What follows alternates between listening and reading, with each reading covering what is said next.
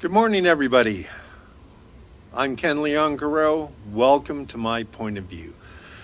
Last week, there were a couple of letters to the editor that were published in the Pacific Daily News, and those letters had to do with Guam Memorial Hospital.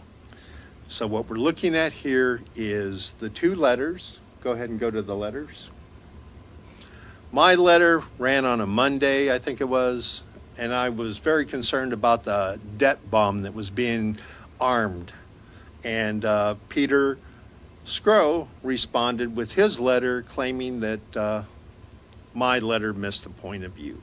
So what we're looking at is two different points of view about Guam Regional Medical City. So let me say, for the record, Guam Regional Medical City is an excellent hospital. We are lucky to have Guam Regional Medical City on Guam.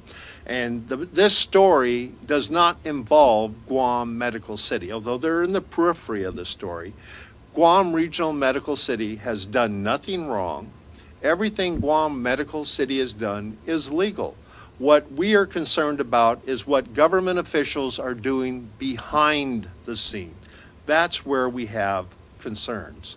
Because as voters and the public, what we have seen over the last couple of decades is a dramatic reduction in trust in government.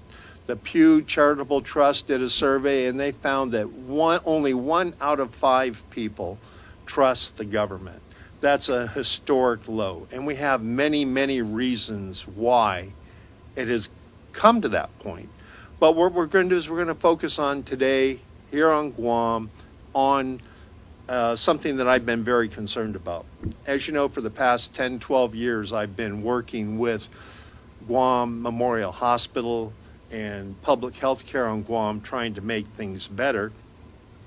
And back in November of last year, there was a public hearing on a bond that raised a lot of concerns. So I wrote a letter. Peter Sgro wrote his letter in response, claiming that my criticism misses the facts. So let's dive into Peter's letter and look at it. Because the whole point of my letter, I was criticizing the fact that I have been reviewing documentation around the creation of a $600 million bond. And Peter, point 1 in his letter, claims that there never was a $600 million financing bond, as Ken writes in his letter. So let's go to the documents. This is a letter that I received from a FOIA dated December 7th from Guam Economic Development Authority to the governor of Guam.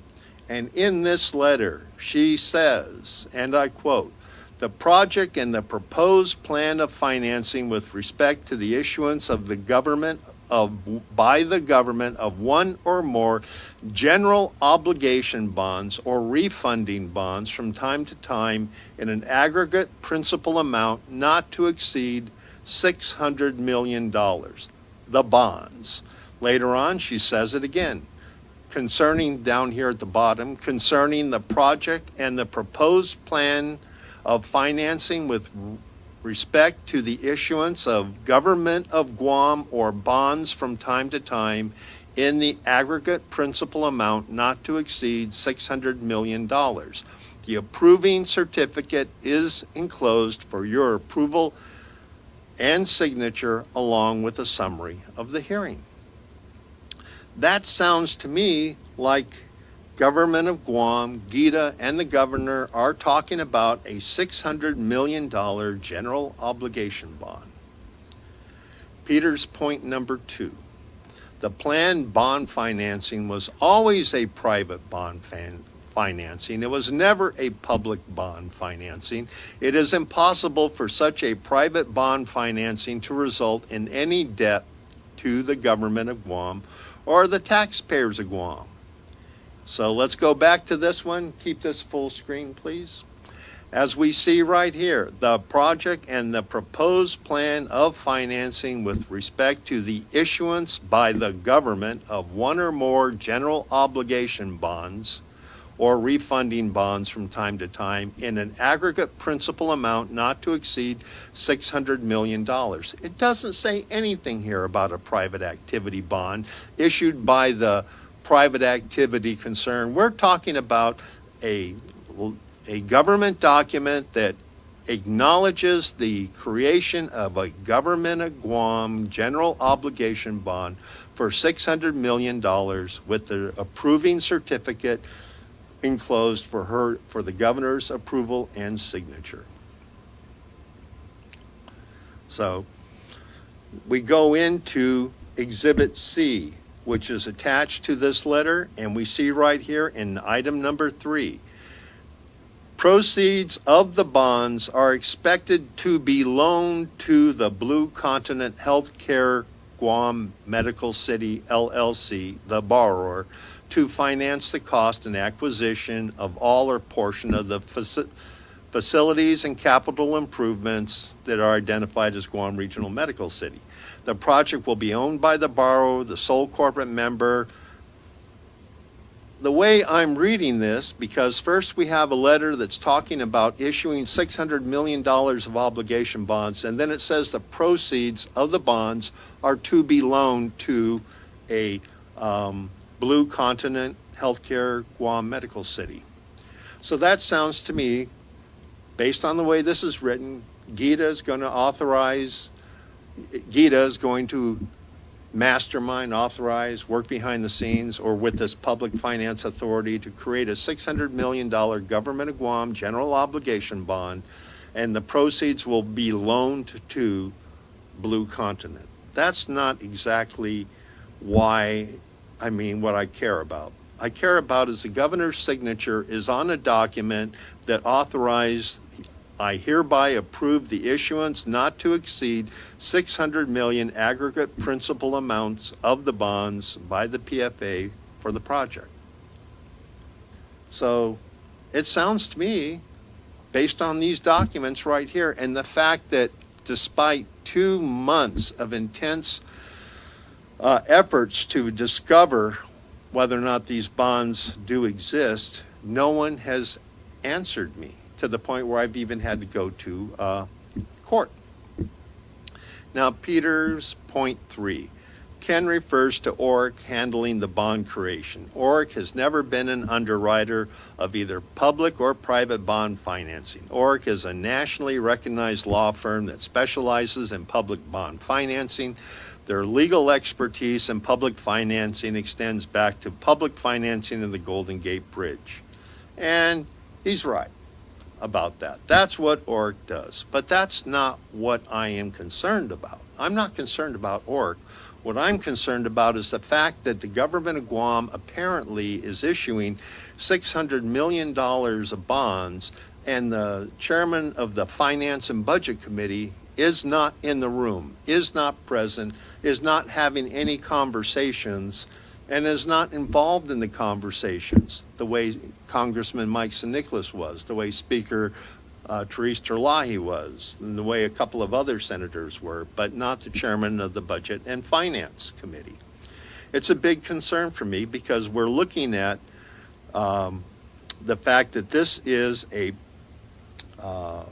public hearing regarding the issuance of the bonds for the financing of a project. It would seem to me that the head of the Budget and Finance Committee would be there, but he's not.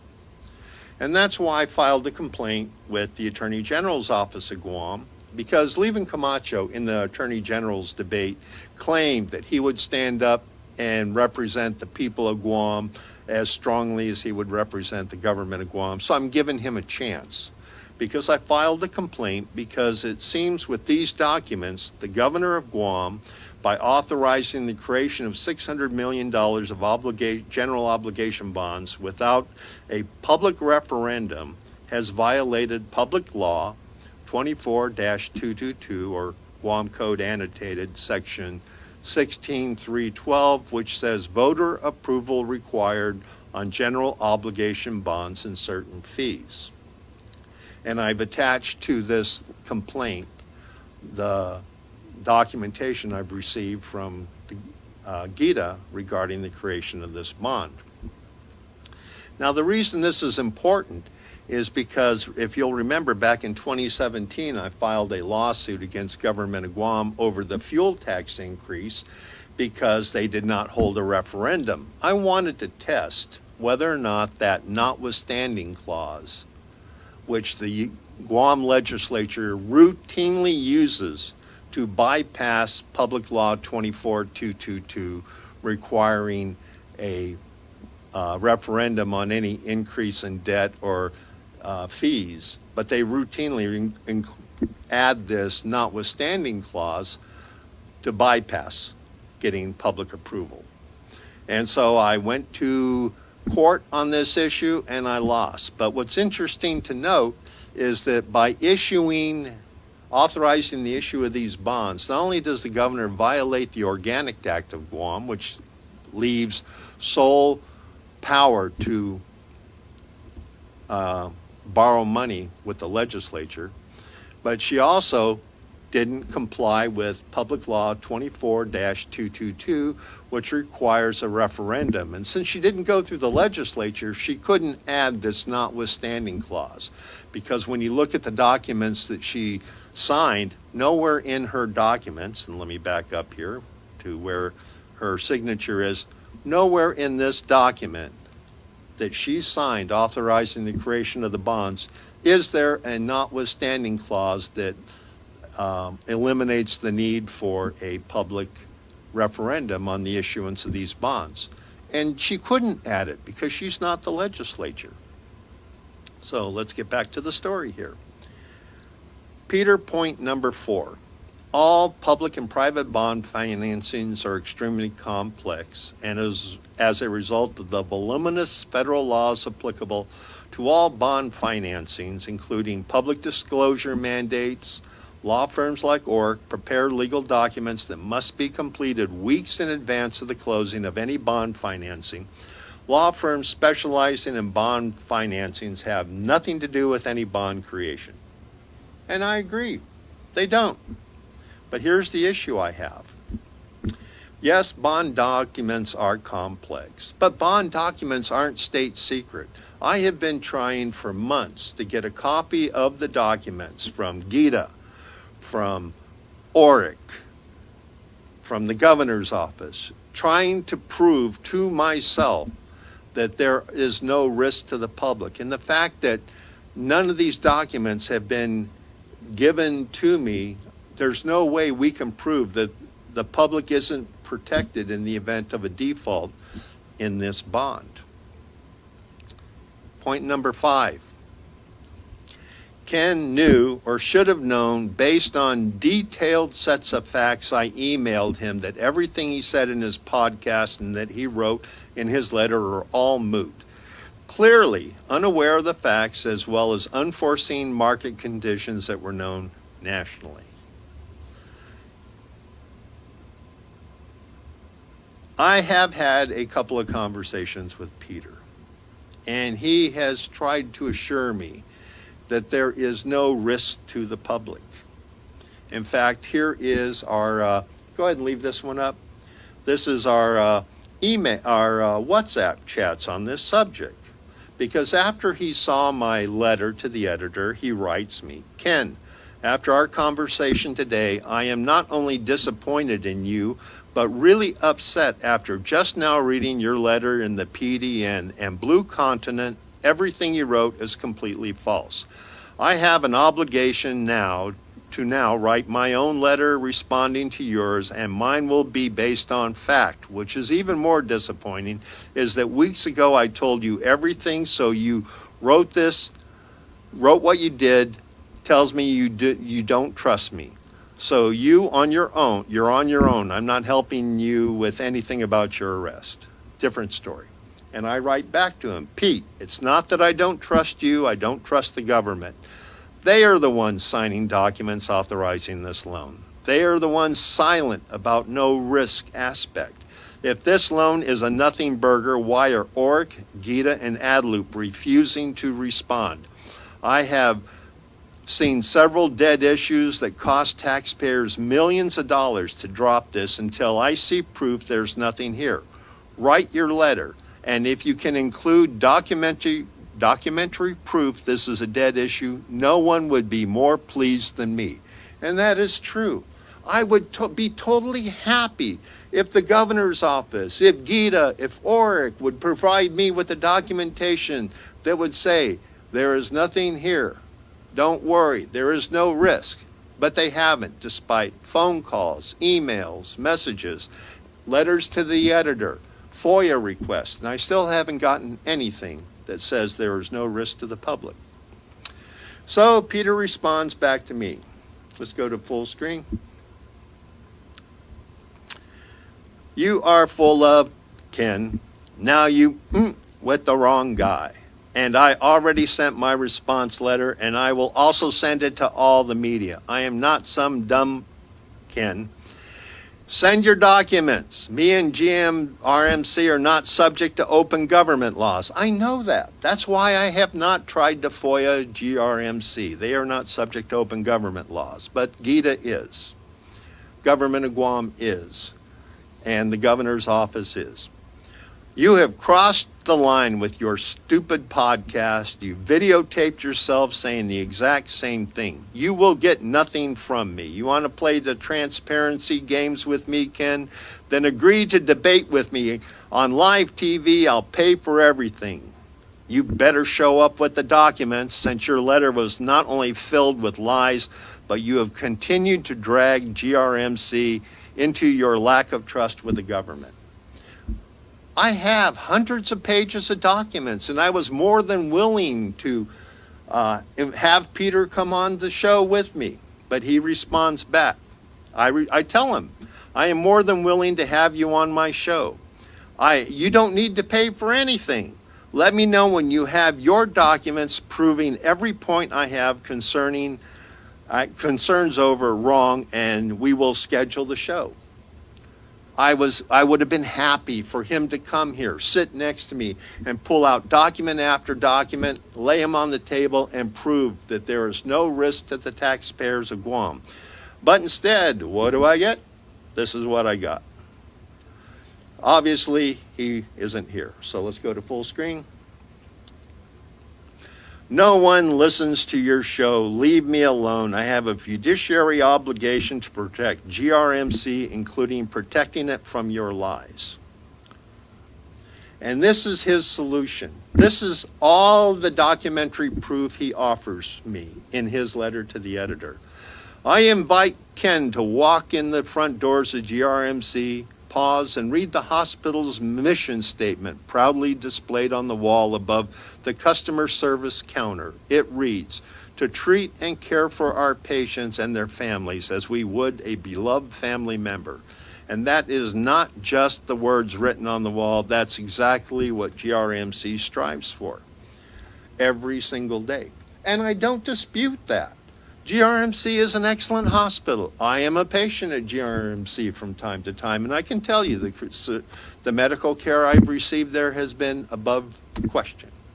But that's not what the questions are around. The questions are around the actions of the governor, who apparently has violated Guam law, the Organic Act, in creating a bond without the supervision, permission, and authorization of the legislature that may or may not, depending on the documentation, put an undue burden on the taxpayers of Guam. The very fact that Peter didn't show up and didn't bring his documentation concerns me, but I understand it, because Peter does not represent GEDA. He doesn't represent Guam Memorial Hospital.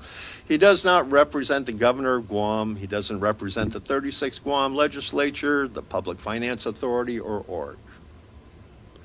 These are the entities that have the paper that I'm concerned about. So that brings us to Peter point number 6. The private bond financing in this case never even closed. Literally days before the bond financing was planned to close. Now he's admitting here that the bond financing was planning to close, but the Russian-Ukraine war began, which sent various bond markets into panic, interest rates more than doubling, the projected closing rates. It made no financial, practical, or common sense to even close to having a private bond financing under these unforeseen conditions. But none of the documentation we've seen is about a private bond financing. It's about a governor authorized general obligation bond with proceeds not to exceed $600 million authorized by Governor Leon-Guerrero. Now, trust but verify is a very reason why I do this show. Because what we have seen over the past 3 years is many instances where the governor and the government put their goals and agendas ahead of serving the people of Guam. And Peter is right. The Ukraine war did throw a monkey wrench into the bond market, but where would we as citizens be? Where would we as taxpayers be had the Ukraine war not stopped? And I don't know for sure that that bond isn't out there, because the Ukraine war has been going on since February. Since July, I have been trying to get this information. We had the public hearing November 2021. January, I started digging into this with a FOIA to GEDA. So since January, February time frame, I have been trying to get this information. Here we are in October.